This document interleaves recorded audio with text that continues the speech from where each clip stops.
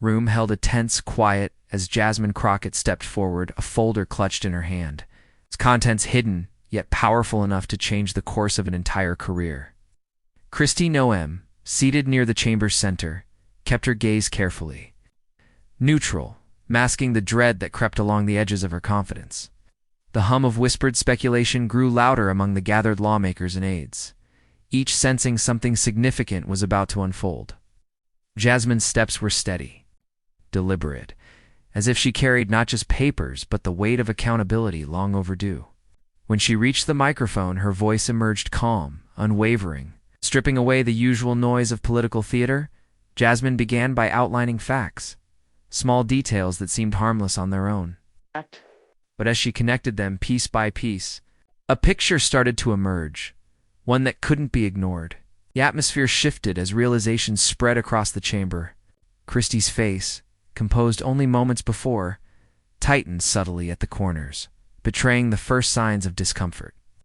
Jasmine didn't rely on insults or dramatic flourishes.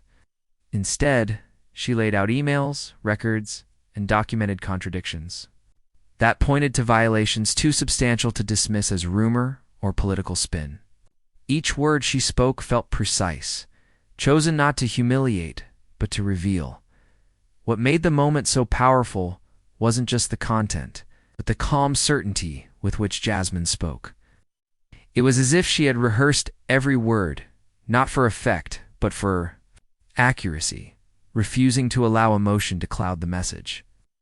The hush deepened until even the faint click of cameras felt intrusive. Kristi's allies glanced anxiously at one another, realizing the argument they had prepared that it was all partisan attack couldn't withstand the steady accumulation of facts. And with each new detail, Jasmine brought the chamber closer to a moment few had imagined could actually happen. Kristi Noem's defense, when it came, sounded thin against the weight of the evidence. She tried to frame it as misunderstanding, as the cost of navigating complex politics. But her voice lacked conviction, each sentence sounding more like an echo of old justifications than a genuine response. Jasmine, standing quietly nearby, held the folder like a shield of truth, her silence allowing the evidence to speak louder than any rebuttal could. In that space, even those predisposed to defend Kristi felt the slow shift from doubt to certainty, the realization that some lines, once crossed, leave consequences that can't be spun away. The chamber watched as the confidence drained from Kristi's posture, replaced by a rigid tension that could not hide her awareness of what was coming. Jasmine's restraint was striking. She didn't gloat, didn't raise her voice. Instead, she addressed the room as if reminding them of an oath they all shared, that truth must matter, even when it's inconvenient. The power of her words lay, not in accusation, but in documentation, proof that demanded action, not just debate. And in that moment, it became clear that this wasn't merely about political rivalry, but about the very integrity of the institution itself. As the final documents were presented, silence gave way to murmurs of shock. Some lawmakers leaned forward, scanning the pages Jasmine displayed on the screen, while others avoided looking entirely, perhaps fearing what acknowledgement might demand of them. Kristi's expression hardened, her earlier attempts at denial slipping into quiet resignation. The walls of political protection she'd relied upon seemed to crumble. Piece by piece, under the simple force of facts spoken aloud, outside word spread quickly, now journalists racing to share the revelations that had just shifted the balance inside those walls. For Jasmine, the moment wasn't about spectacle. It was about responsibility. Her calm delivery was more powerful than outrage could have been, because it framed the issue not as personal revenge, but as an obligation to those they served. The audience watching at home felt the weight of what was unfolding, the rare sight of power being confronted directly, without the shield of noise and partisanship. Kristi's allies, once loud in her defense, grew quieter as they faced the irrefutable. What Jasmine offered wasn't anger. It was evidence, layered carefully until denial seemed absurd. The decision to expel Kristi Noem came swiftly, surprising. Even seasoned observers. The vote was called. And the results spoke not just to the strength of Jasmine's case, but to the chamber's fear of being seen protecting wrongdoing in the age of instant information. Cameras caught Kristi as the numbers appeared on the screen. The moment realization replaced hope. Her shoulders fell, and the defiance in her eyes dimmed. Jasmine didn't celebrate. She simply lowered her gaze, the weight of what had happened reflected in her calm expression. Outside, crowds gathered, reacting with shock, relief, and debate. News outlets exploded with coverage. Analysts dissected every detail of what Jasmine had presented, replaying clips that showed Kristi's changing expressions as the evidence mounted. Commentators praised Jasmine's composure, noting how her refusal to dramatize made the facts more damning. Social media boiled over with reactions, some expressing outrage at Kristi, others lamenting how far things had gone before anyone acted. But through all the noise, one truth remained clear. Jasmine had turned what could have been dismissed as rumor into documented reality, leaving no path for denial. In the hours that followed, the chamber felt changed. Kristi Noem, once confident in her standing, had been expelled not through shouting or scandalous rumor, but by a slow, relentless unveiling of facts.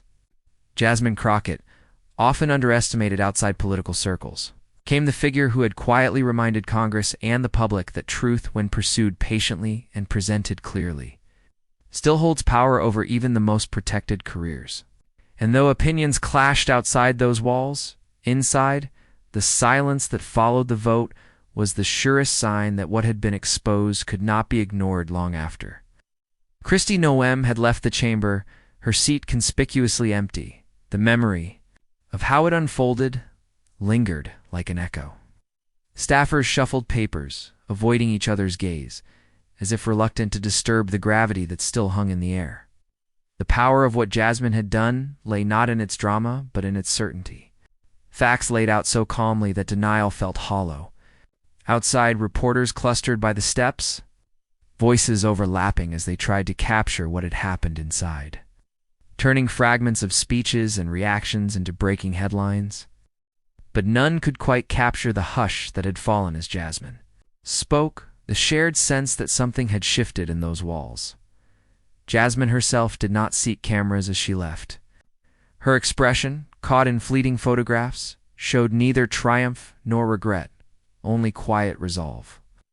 In interviews, she refused to claim personal victory, reminding anyone who asked that the story wasn't about her courage, but about accountability.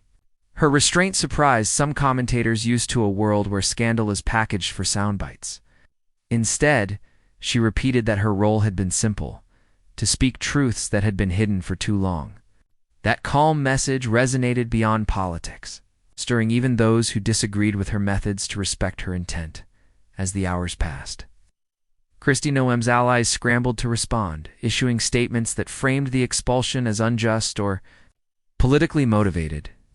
But the documents Jasmine had shared circulated online, read by thousands, then millions. The stark contrast between evidence and denial became impossible to ignore. Some supporters clung to the idea of a smear campaign, yet even among them, doubt spread quietly. In a digital age, where footage can't be erased and documents travel faster than excuses, the weight of truth proved harder to contain than anyone had anticipated. The following day, newspapers ran front-page stories detailing the timeline Jasmine had laid out. Comment sections erupted with anger, shock, and grudging admiration for her composure.